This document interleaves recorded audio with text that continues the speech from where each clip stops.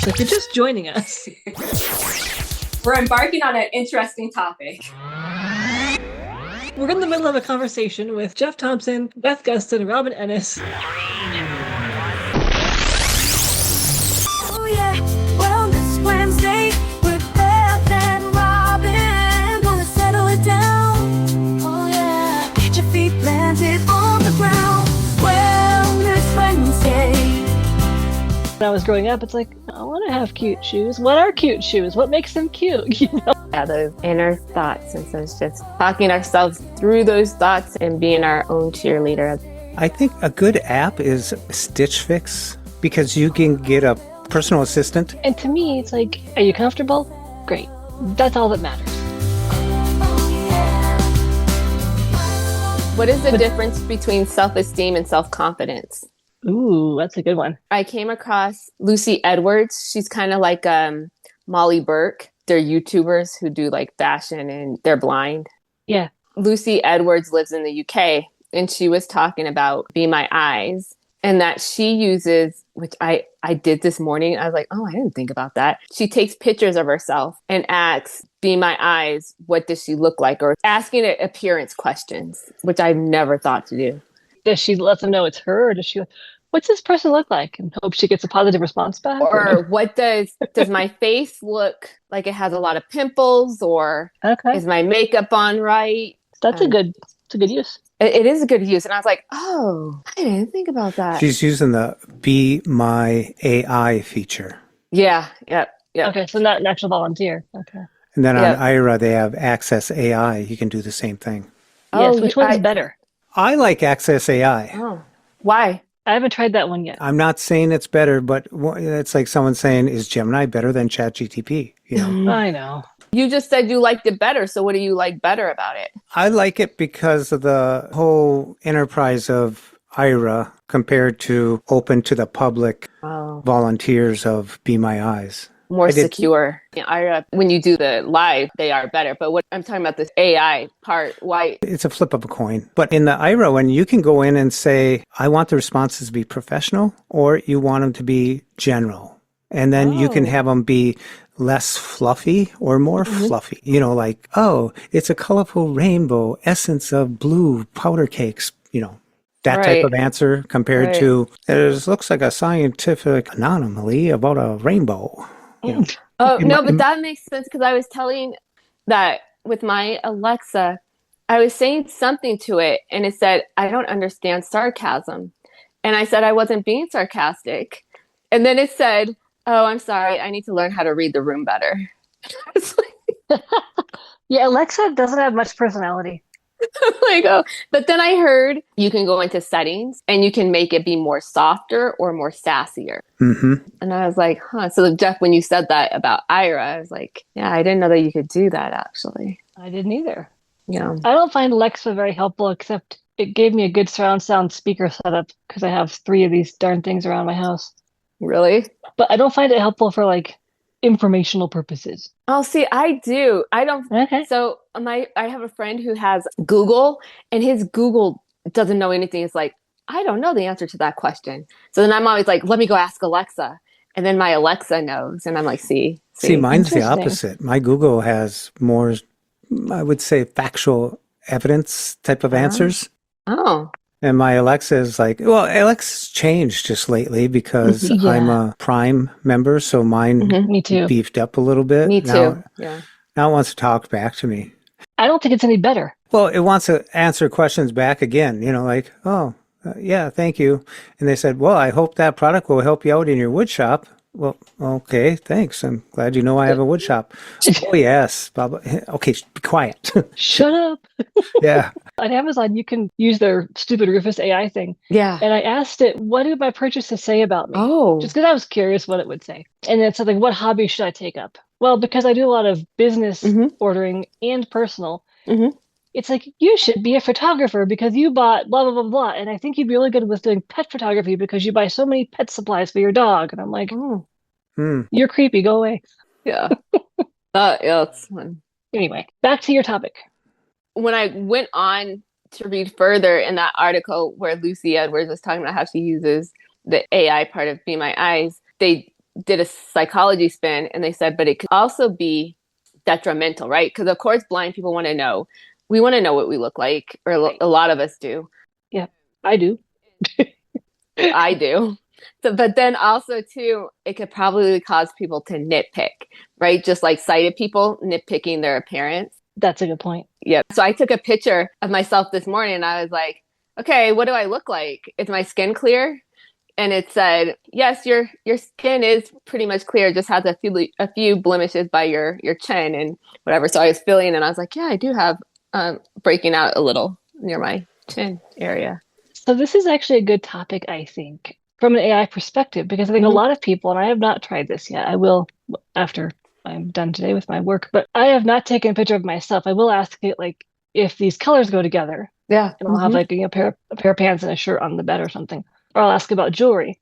But I think this trusting AI is a topic that's coming to mind. Like how far do we trust it, and do we nitpick based on the responses it gets, and how does that tie into our self-esteem? And is it worse or better? I think too, looking good according to whose standards. Exactly. Though. Yep. So, I mean, according to the algorithm, because the algorithm wants to satisfy you, first of all. Yes. Yeah. I mean, it wants you to come back. So it wants to help you. And if it says, wow, you're looking great today, really? Does that, are you sure? And then it might come back and say, well, actually, nah. Yeah. Did you just wake up? Right. Your hair looks like you've got bedhead. Or why do you have those dark bags under your eyes there? You look tired. You're not sleeping well. Have you tried getting out of the other side of the bed? I thought I looked all right. You know, and it gets like, okay, you might look just fine. But sometimes honest is too honest. My sister, I don't want her opinion, but she freely gives it. I hope she'll listen to the podcast. Give it an example. How does she freely give her opinion? Sometimes it's unsolicited. It's like I've been growing my hair out, okay? And she said when people are over 45, they shouldn't have long hair. Oh. I said, oh, you mean women? She says, yeah, women shouldn't have long hair after 45 because it makes them look older. I said, what about men? Well, same thing. Oh, so I look older with long hair. Well, I think you should get it tamed back a little bit and blah, blah, blah. You know, she went on like that. And I said, oh, so you don't like my hair is what you're saying. Right. You know, it was like, just made me, Made you think, yeah. So here's a question. And I'll be honest, I am not up on fashion. It's not, I mean, I know I look nice, but I don't follow trends and things like that.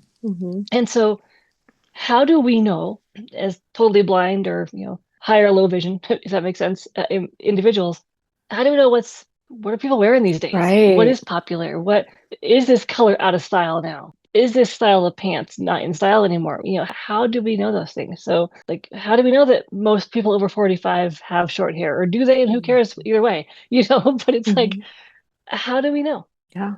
No, that's a good question. Yeah. I think a good app is Stitch Fix, because you can get a personal assistant and you can type in, or you can say you want to be modern.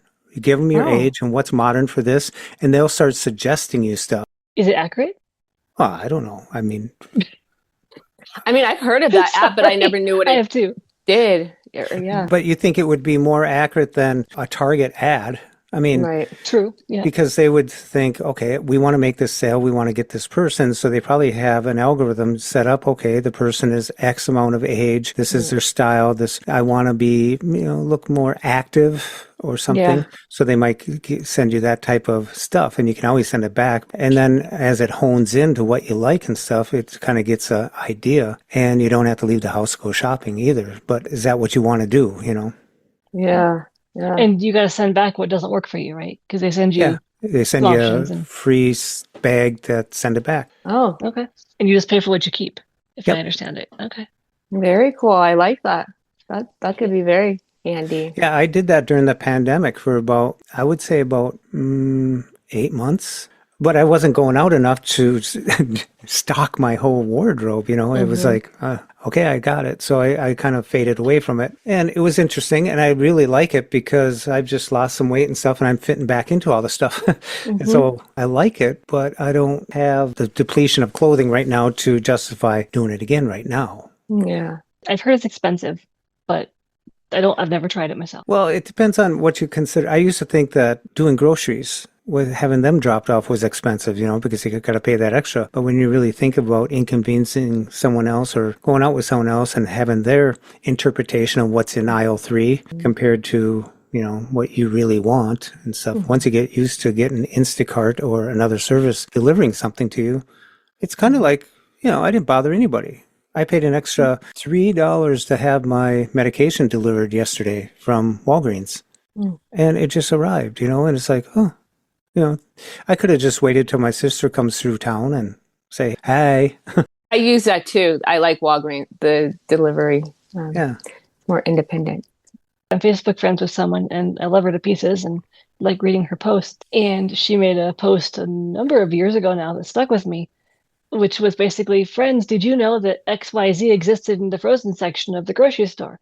If someone hadn't told me, I wouldn't know these things exist. And, I think about, we are reliant on either reading every single item of every single aisle on the app of the grocery store we're using, or someone else's interpretation of things. And so my boyfriend is really sweet because when we're walking to the grocery store, he'll just read off like all the stuff that he sees or all the signs that say what's in each aisle. And most times I don't need to know and we're not going to buy anything there. But when I was like, oh yeah, we need XYZ. And I would have forgotten that if I hadn't heard him read off the stuff.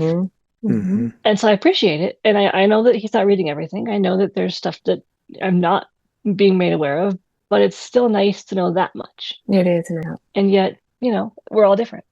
Yep. And even if you don't use Instacart, you could download the app and you can go to the store and actually sift through it and see what's there and see how, the prices are. Like if you spend over a certain amount, they drop the delivery fee or something like that. Yeah, and I like Instacart. I've used it. I like it too. I have a yearly membership. Yeah.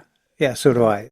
Before I forget, with the appearance thing though too, is that when the app that you mentioned, Jeff, also too, that now TikTok and Instagram, they have people critiquing fashion sense. And I think that I wanted to add this, is that everybody has their own sense of style. Yeah. But how do we know what style looks like? So for me, I've always been a jeans and a hoodie kind of person.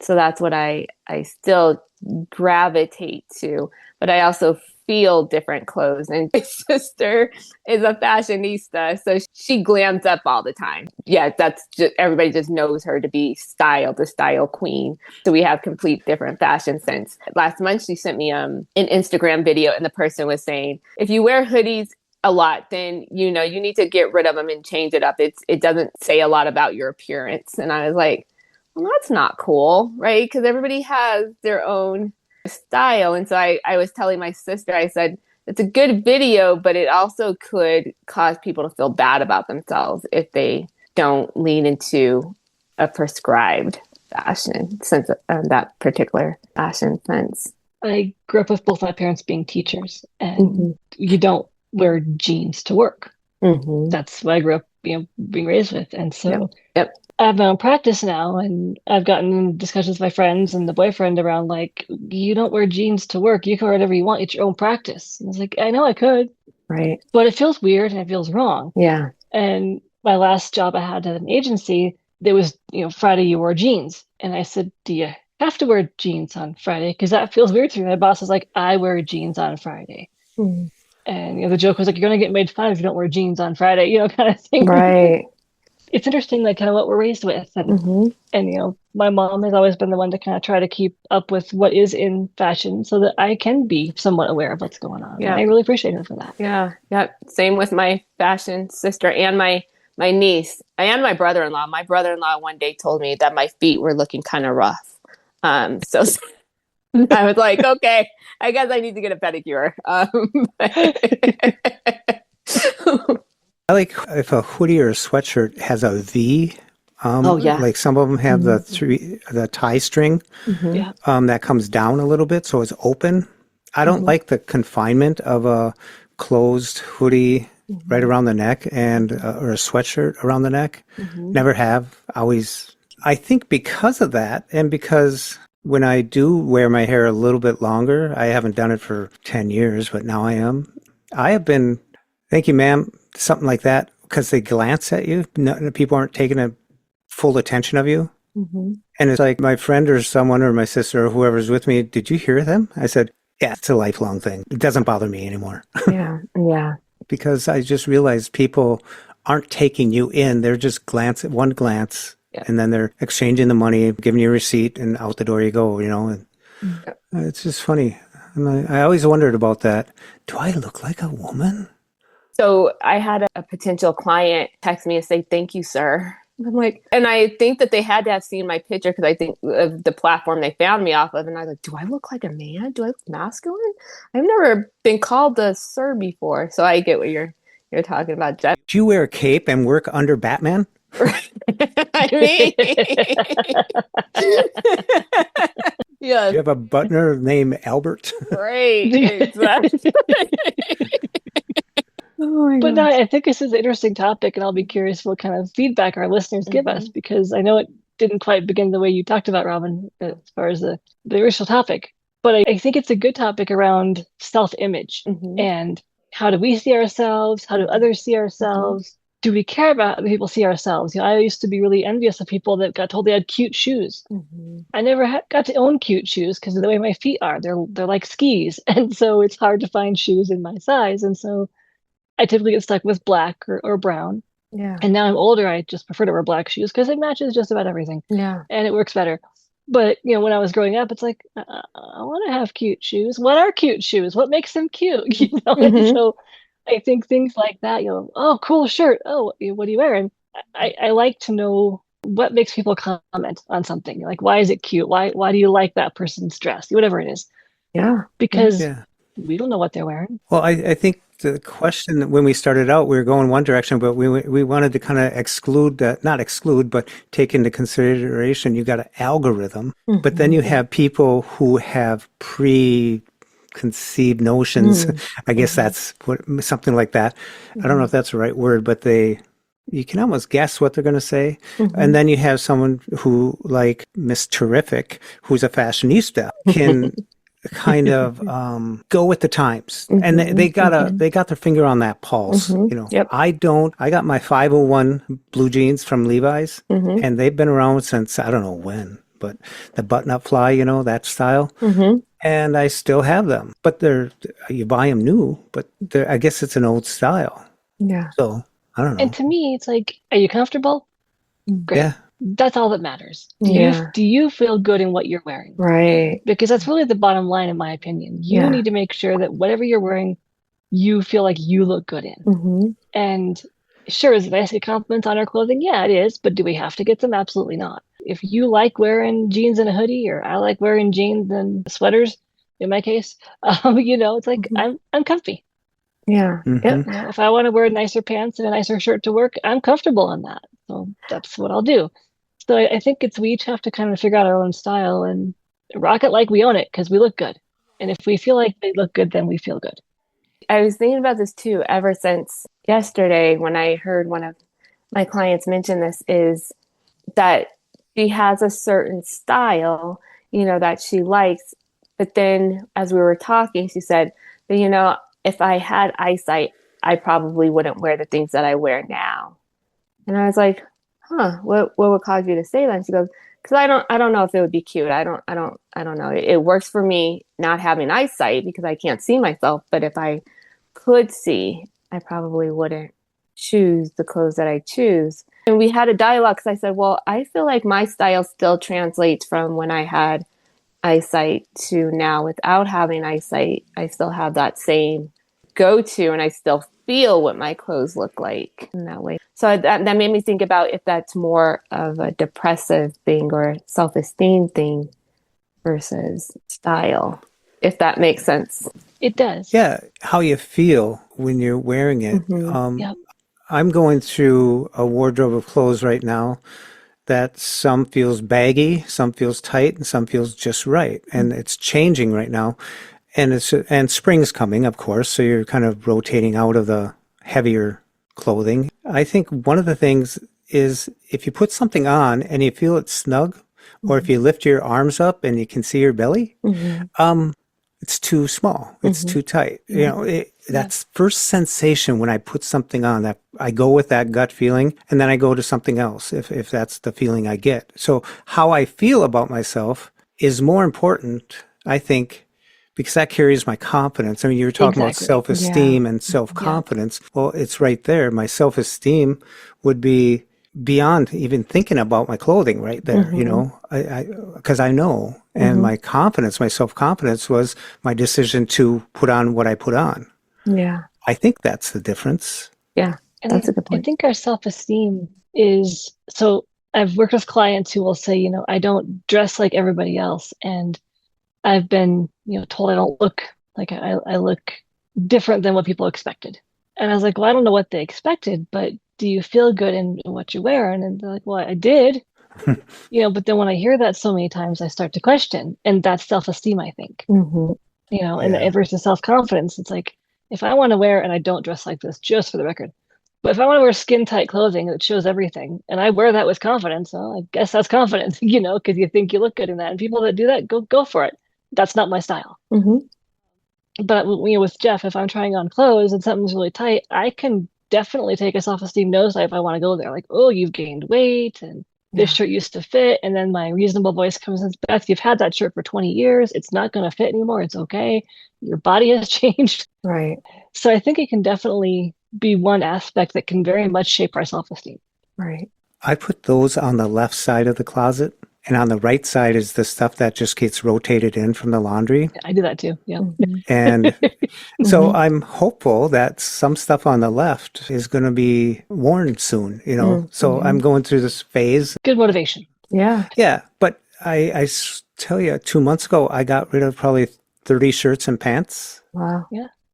I mean, we're talking an array of short sleeves, a vest, a long sleeve, sweaters, sweatshirts, some pants. And have you ever picked up a pair of something and there's elastic in it? And all of a sudden you stretch it and it just doesn't spring back? Yep. Yep. I like that because you just have to throw that out. Yeah. There's no question. You just throw that out. But the other stuff is like, I don't know. It's pretty good. Those are some well-loved pants. Oh, yeah. When the elastic won't spring back, it's like, yep, you wore the heck out of those and they were comfy, and yeah, it's time to go. Yeah. I don't know, self-esteem is a hard one because it ties into just about every aspect of our lives if we let it. And it can be very hard to keep our self-esteem up. I mean, I think even all three of us on this podcast will tell you that we have our days where self-esteem is very low for whatever reason. Yep. And we have to work to get it back up. Yeah. We are all human. We have those moments. Yeah. Those inner thoughts. And so it's just talking ourselves through those thoughts and being our own cheerleader, as I like to say. And cover it up with clothing. And cover it up with clothing. And makeup and hats and scarves and whatever, whatever it is. Big brimmed hat covering your face a little bit. Oh, that's funny. So Jeff, you were in my head because years ago, and I still have this hat, and I hear my dad who passed away saying this, and my deceased boyfriend who passed away. Both of them hated this hat because it was like a fisherman's hat and it came from Old Navy. And I would love to wear it because it would cover my eyes. And as they like to say, I like to hide. My family does say that, like I'm like a turtle in a shell. I like to hide. Like a Gilligan hat. Yes, exactly. Yes. So when you said that, I was like, I was thinking about that moment. But yes, I tend to hide myself.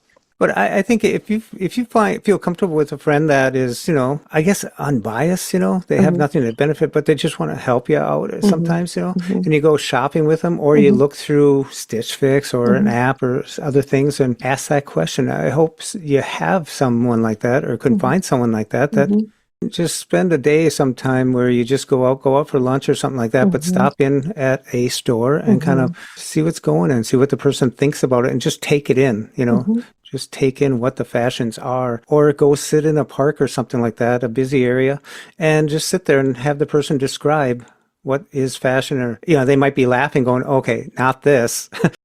That people watching type of thing. I used to do that when I was sighted and could do that easily enough. But like at the state fair, when you sit down and there's hundreds and hundreds of people walking by, it'd be neat to have someone with you, and not a not an AI. Don't start taking pictures and asking. Yeah, to have that person. Get your sister. Go out and take it in. Yes. I think you could use, Ira or Be My Eyes with humans to give you a general idea of like, they can't tell you, yes, this looks good on you, but they could say, yes, those colors go together. Or yes, that shirt has contrast with the pants. Or they can tell you things like that, which is quite the same, but it's helpful to know. It is helpful. I take pictures and I'll send it to my sister or brother-in-law or both in a group text. And I'm like, do these go together? Does this look good? Is this professional enough to wear?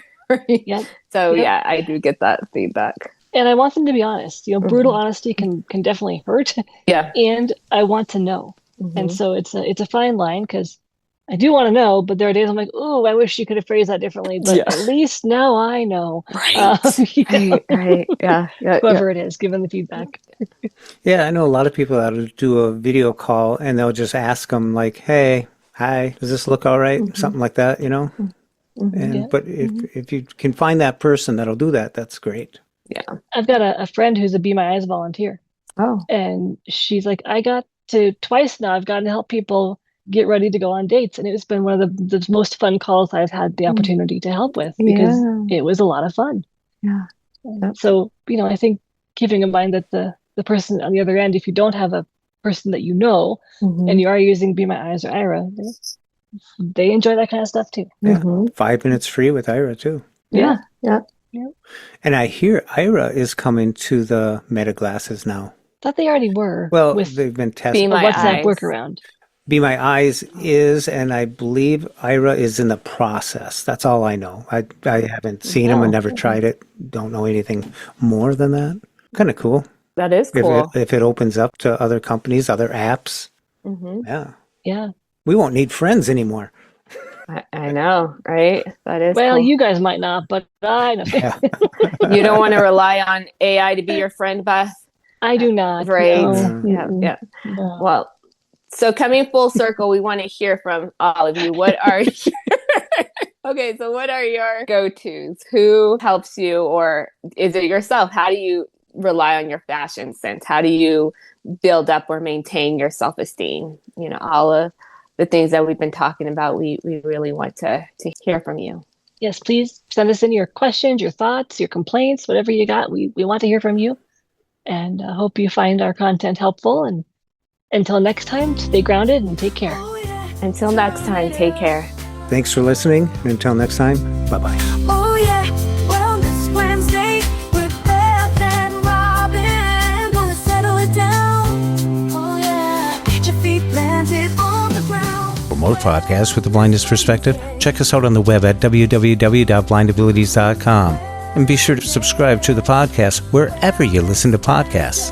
And if you want to leave us some feedback, give us a call at 612-367-6093. We'd love to hear from you. Thanks for listening, and until next time, bye-bye. Wellness and taking care of ourselves. It's all about you and taking care of yourself. Oh yeah.